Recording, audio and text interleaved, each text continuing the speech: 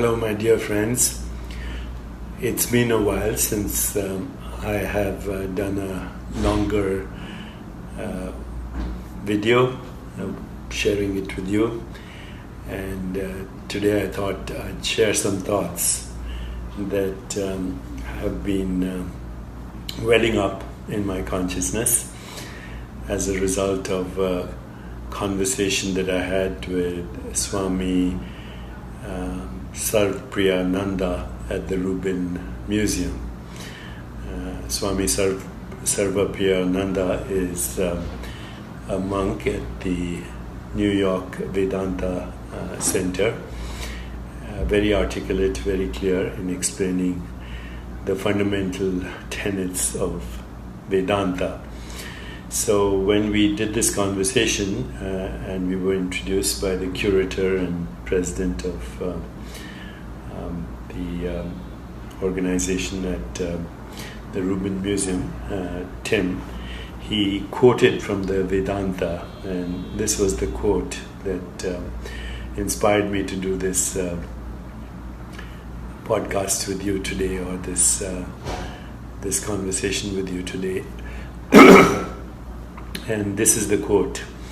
So I'm seeing all your wonderful feedback, and I will try and respond to some of your questions at the end of today's sharing of these ideas. So here's the quote from the Vedanta. Space begins when we have a body. Okay, space begins when we have a body. My body, in relationship to all other bodies, creates the experience of space. Time begins when we start thinking. Why? Because as soon as we start thinking, we create a subject-object split. There's me and there's everything else that I call the world, the universe. So time is a construct that uses the ego-based conditioned mind as fundamental reality. As long as I'm identifying with my ego, and then I have continuity of memory using the ego as my internal reference point. And so time is a result of identifying with ego that sees me as a separate self from the rest of the universe. Once again, time is the continuity of memory using the ego as an internal reference point. And then the third principle, causation begins when we apply limitations. So as soon as we imply beginning and ending to any process, then we come up with the idea of causality. This is the cause of this, and this, which is the effect of this cause, becomes the cause of something else.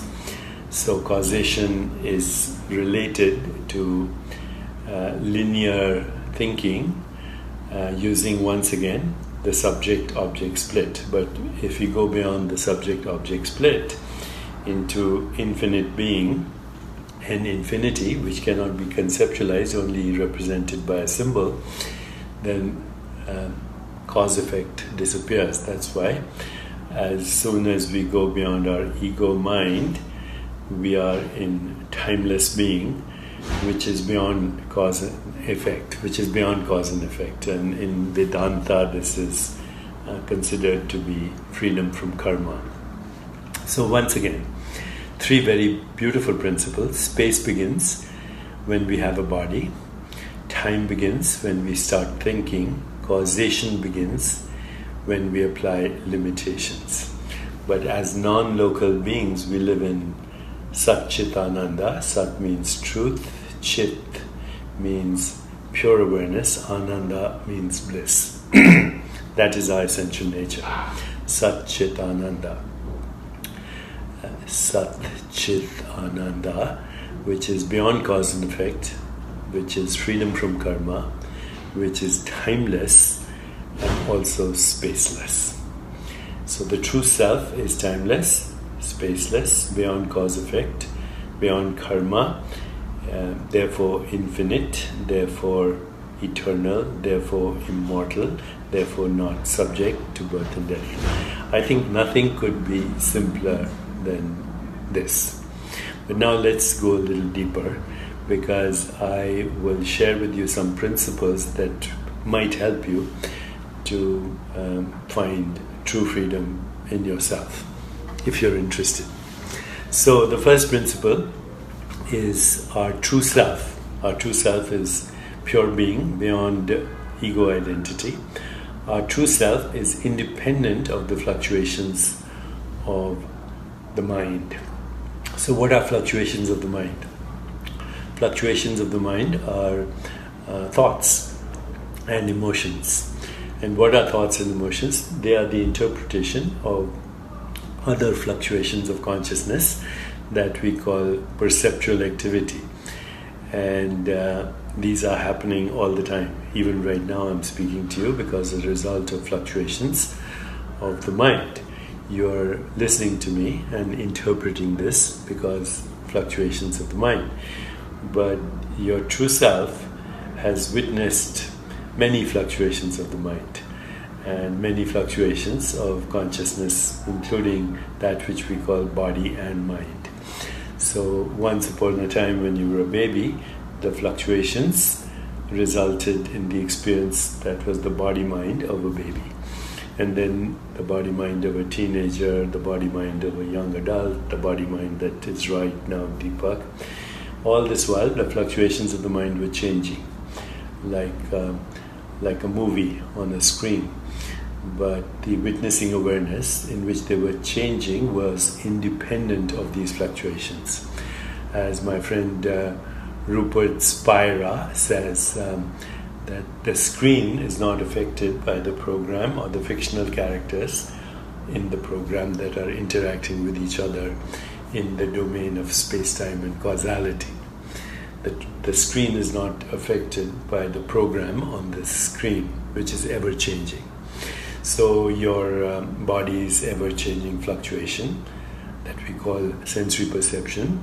Your mind is ever-changing fluctuation that we call thoughts and emotions and interpretations. But you, the one who's the witnessing awareness in all of this, are the same.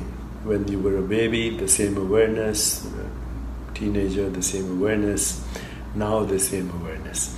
But because these fluctuations are in time, they are subject to birth and death, which is happening all the time.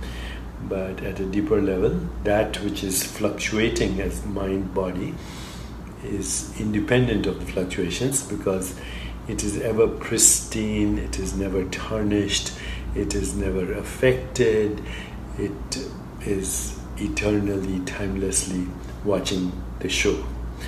So that's a nice principle. Your true self is independent of the fluctuations of the mind. Okay, the next insight. The first insight was that, after the three principles explained from the Vedanta.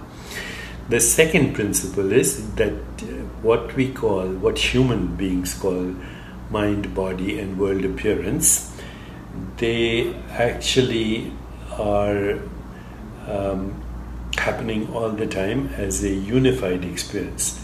Mind, brain, body, and the world go together. They are simultaneous, coinciding, synchronistic fluctuations of consciousness, ever-changing.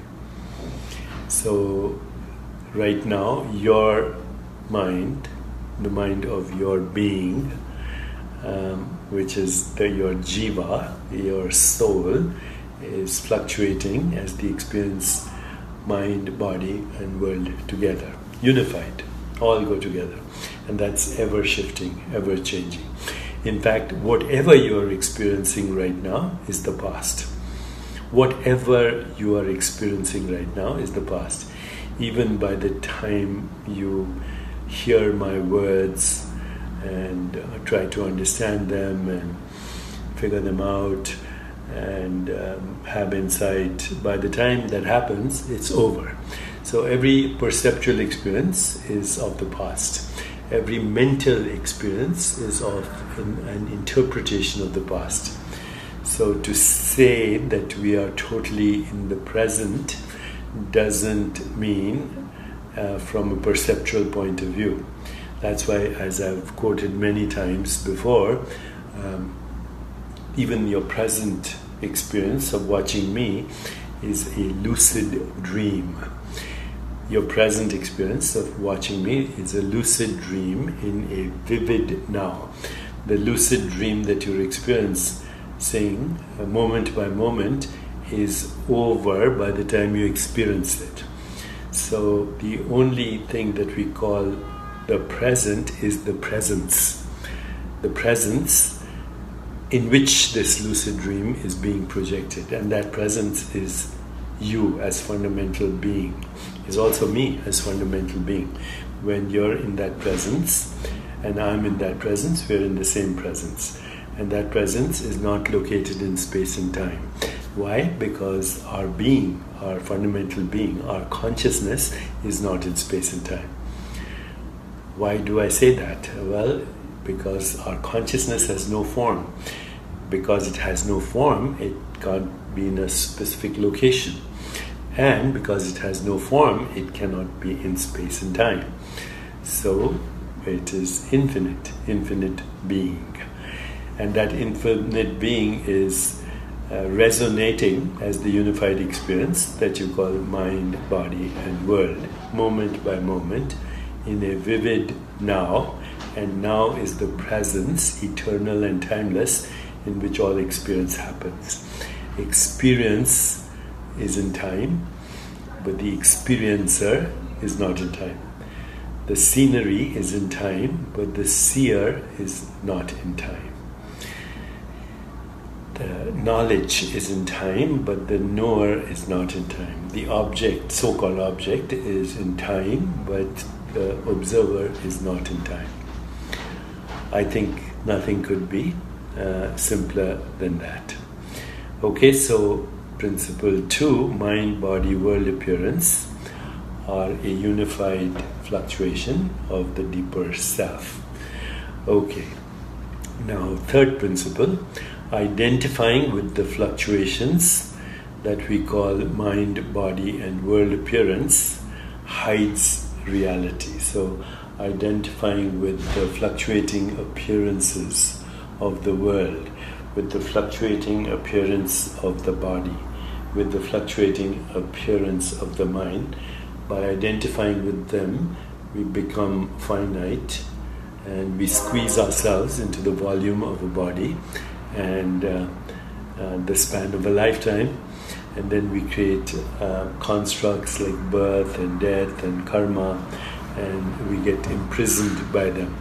This is the true meaning of the phrase by Rumi when he says, why do you stay in prison when the door is wide open?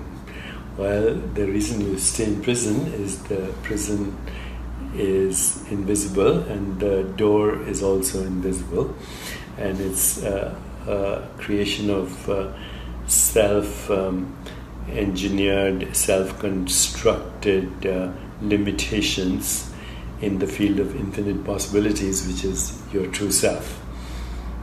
Okay, so identifying with the fluctuations of mind. You're not the mind, you're the observer or the consciousness in which the mind is a fluctuating experience.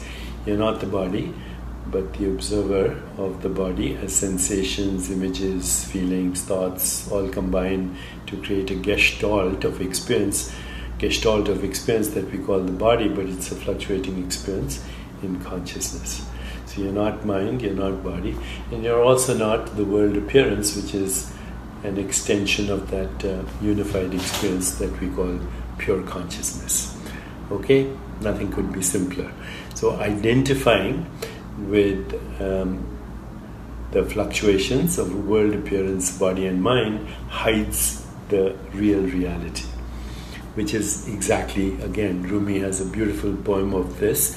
He says, this is not the real reality. the real reality is behind the curtain. In truth, we are not here. This is our shadow. Okay, this is also the Christian doctrine of I'm in the world and not of it. I'm in the world and not of it. It's the basis of the statement by Teilhard de Chardin, we are spiritual beings having a human experience. Or as I like to say, we are non-local beings having a local experience. We are timeless beings having a time-bound experience. Our true nature is beyond space-time and causality. So identifying with the fluctuations of world appearance, fluctuations of consciousness, body, mind, and world appearance hides the true reality. I'm getting all of your feedback right now, and I'm very gratified to notice that everybody says this is clear and this is easy to understand. Okay, so the fourth and final principle for today in this conversation is your infinite being cannot be defined, cannot be imprisoned, cannot be contained, cannot be squeezed into its finite expressions as mind, body, and world appearance. Your infinite being is not defined or limited. Osmo, thank you for saying you understand. Your infinite being cannot be defined or contained or limited by its ongoing fluctuations that are evanescent, that are transient, that are ephemeral. They seem to have continuity because of your presence. Presence of being, presence of that which we call I, presence of that which we call I beyond ego mind, beyond conditioned mind. The brain being the objective correlate of the conditioned mind, and perception also being the world appearance that arises in the conditioned mind. So that's it. You as an infinite being are not limited by the fluctuations of infinite being. So some people are saying this is not clear, some people are saying it's clear. Well, if it's not clear, try to listen to this again and let me know.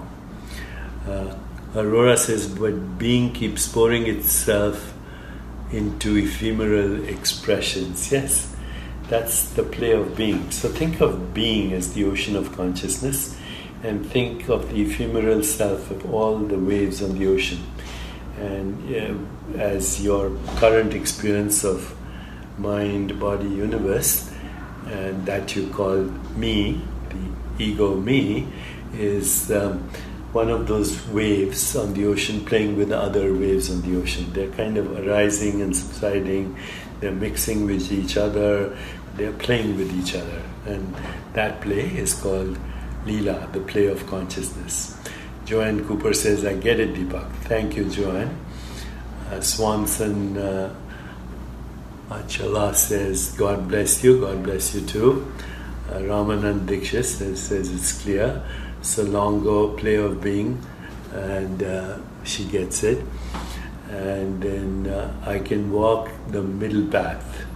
The middle path is right there, to be in the world and not of it. Okay.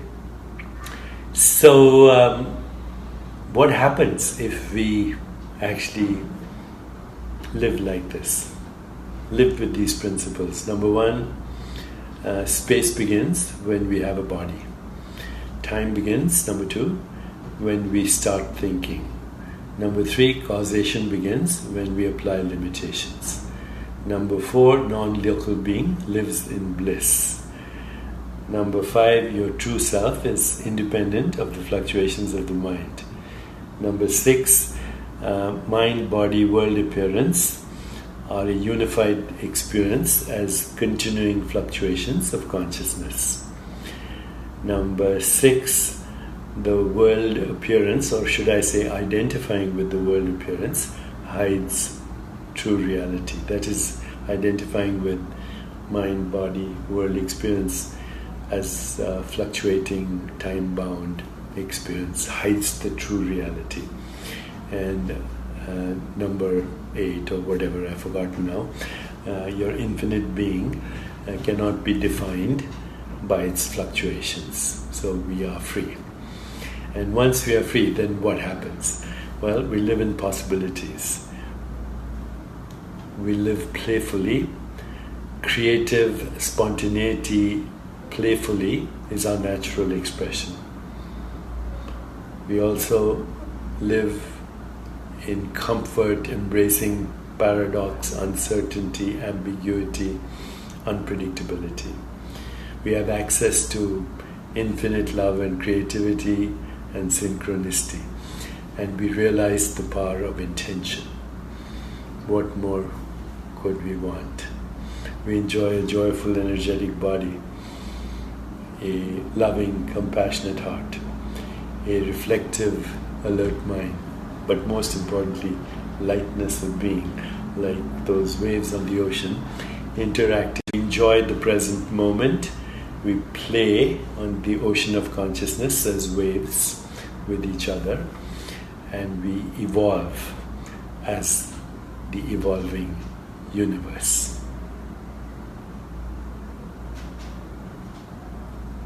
What more? We are fulfilled. Where we have arrived, where we started from. T.S. Eliot, we shall not cease from explorations, and the end of our exploring is to arrive where we started from and know the place for the first time. Thank you, my friends, and God bless.